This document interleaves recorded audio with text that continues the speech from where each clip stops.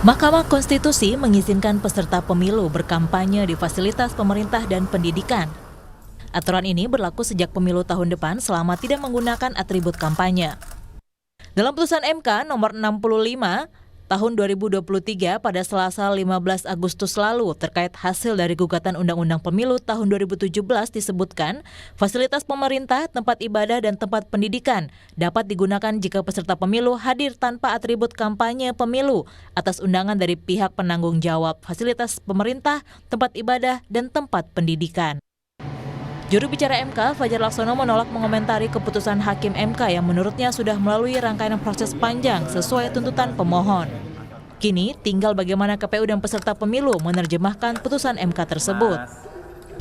Saya enggak mengomentari putusan ya, itu sudah diputus MK berarti itu yang harus dilaksanakan dan tugas melaksanakan putusan itu tugasnya para penegak undang-undang, tugasnya eksekutif.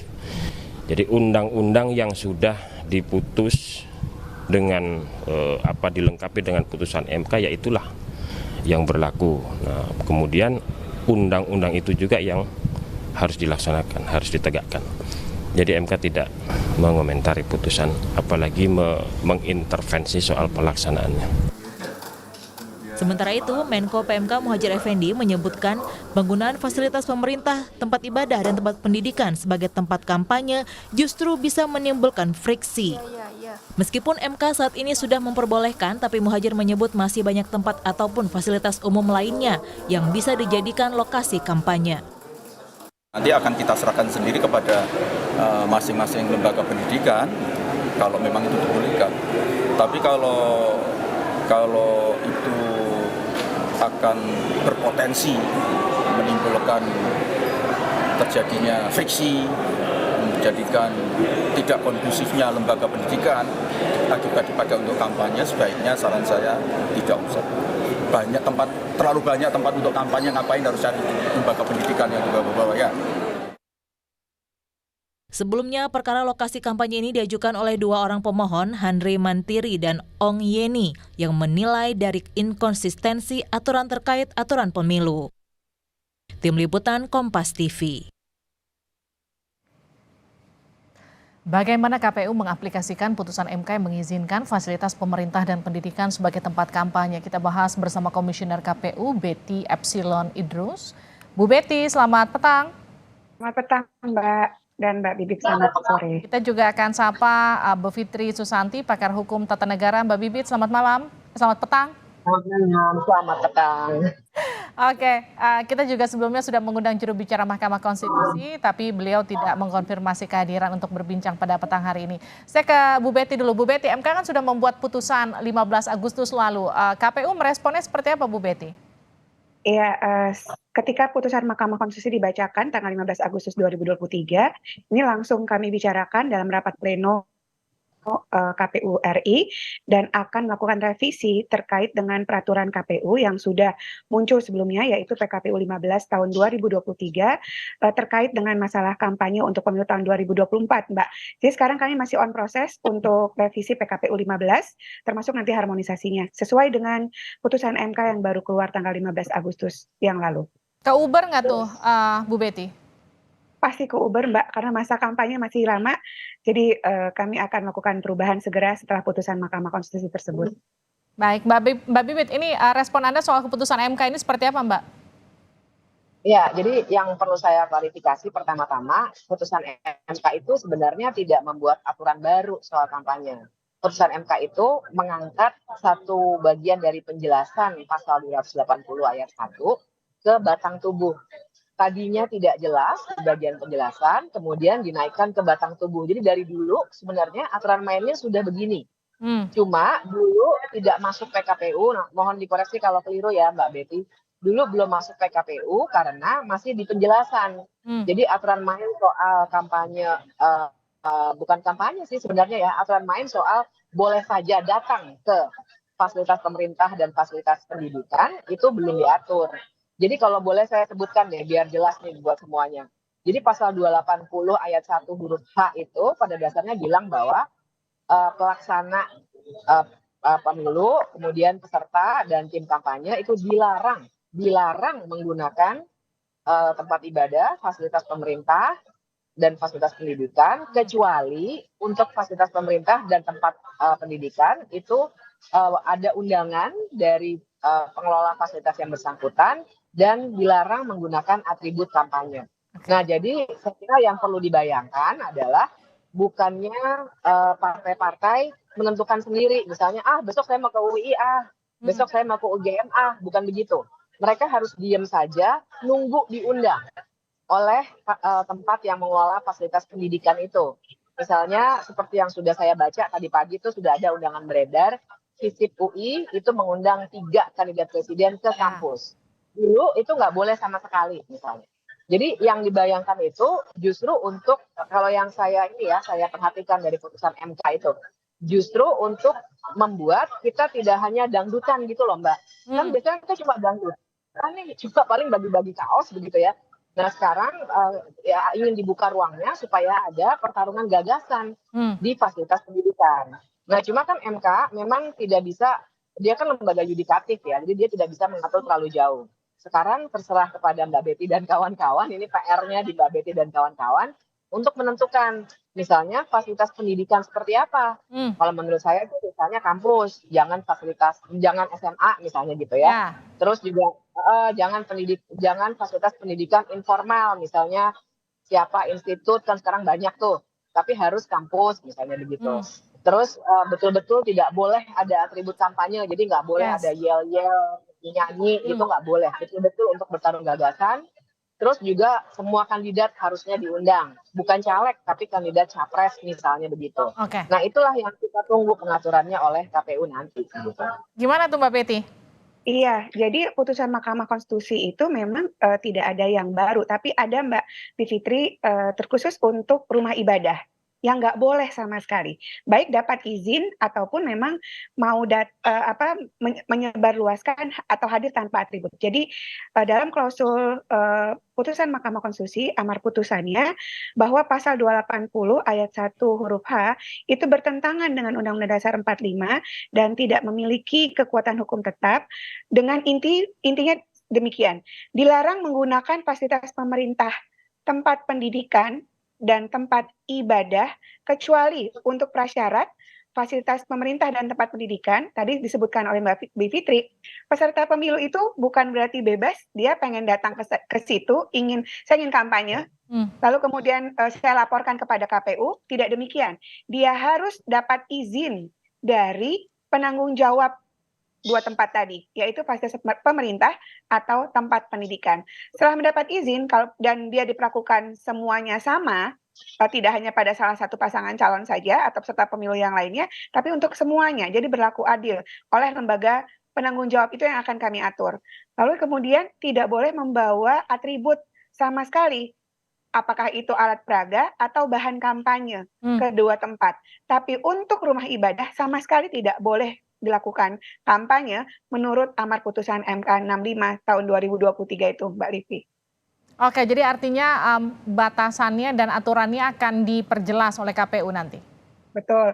Dan jangan lupa bahwa ada pasal berikutnya 280 ayat 2 menyatakan ini kan ada beberapa kekhawatiran tentang gimana nih sekolah-sekolah lain misalnya SD, SMP, SMA tadi begitu ya. Yang pasti ada pasal 280 ayat 2 huruf K menyatakan bahwa kampanye itu dilarang mengikutsertakan WNI yang tidak punya hak pilih. Jadi kalau misalnya menghadirkan mereka yang tidak punya hak pilih, anak-anak memang tidak diperbolehkan. Dan itu ada sanksi pidananya menurut Undang-Undang 7 Tapi tahun 2000. SMA kan ada irisannya, Mbak Betty. Itu gimana? Artinya yang punya hak pilih, kelas 1 kalau belum 17 atau belum nikah ya nggak boleh. Kalau tadi kan Mbak Bibit juga menekankan langsung aja bikin aturan atau batasan yang jelas, nggak boleh ke SMA. Ini targetnya langsung perguruan tinggi, karena memang jelas kalau perguruan tinggi itu sudah punya hak pilih. Itu gimana? Oke, yang dimaksud dengan tempat pendidikan itu sudah diatur dalam penjelasan Mbak, bahwa berupa gedung atau halaman sekolah dan atau perguruan tinggi. Itu yang sudah dijelaskan menurut Undang-Undang 7 tahun 2017. Tapi ingat ya bahwa setiap peserta pemilu itu boleh kampanye, ada prasyaratnya, nggak ujuk-ujuk dia bisa datang ke kampus atau Oke. ke sekolah. Pertama tadi sudah disampaikan oleh Mbak Undangan Bibip, ya. ya dapat izin atau undangan dari penanggung jawab dan dia berlaku sama semua peserta pemilu dan hadir tanpa atribut. Hmm.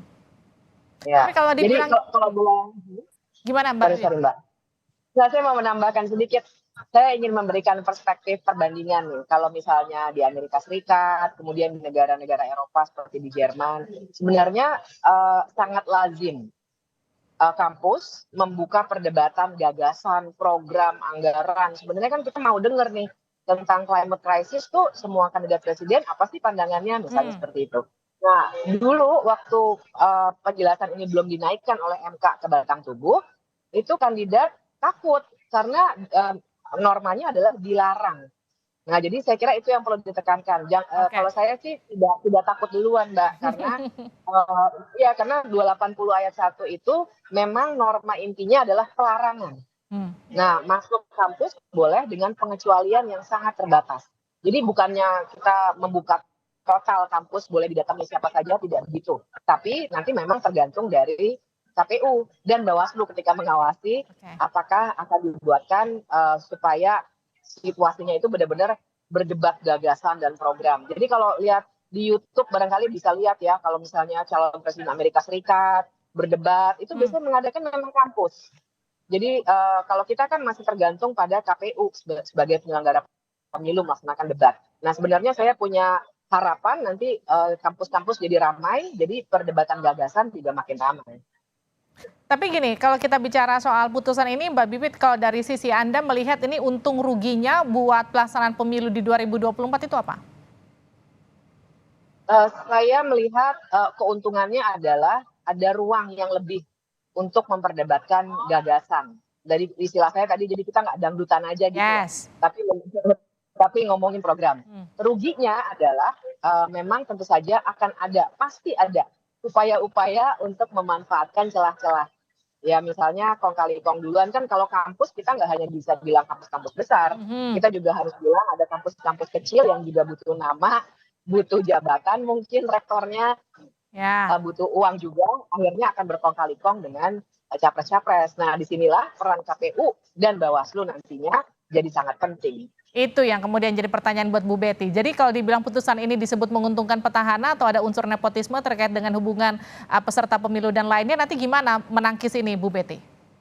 KPU itu kan melakukan eksekusi terkait dengan ketentuan peraturan perundang-undangan yang sudah ada. Nanti secara teknis akan kami atur bahwa tadi sudah disebutkan ini berlaku untuk semua peserta pemilu. Tidak hanya salah satu, salah dua, salah tiga, dan seterusnya. Jadi itu hal yang pertama. Yang kedua tadi, kalau ingin melakukan kegiatan kampanye di dalam tempat sekolah atau tempat pendidikan, maka harus mendapatkan undangan. Berarti kan undangan nanti tergantung penanggung jawab kampus dong, yang dia mau undang siapa, tapi harus berlaku adil untuk semua peserta pemilu. Tadi sudah disebutkan oleh Mbak Bibip, tapi nanti untuk kegiatan kampanye pemilu baru akan dilakukan tanggal 28 November paling cepat ya Mbak, 28 November 2023 sampai dengan 10 Februari 2024.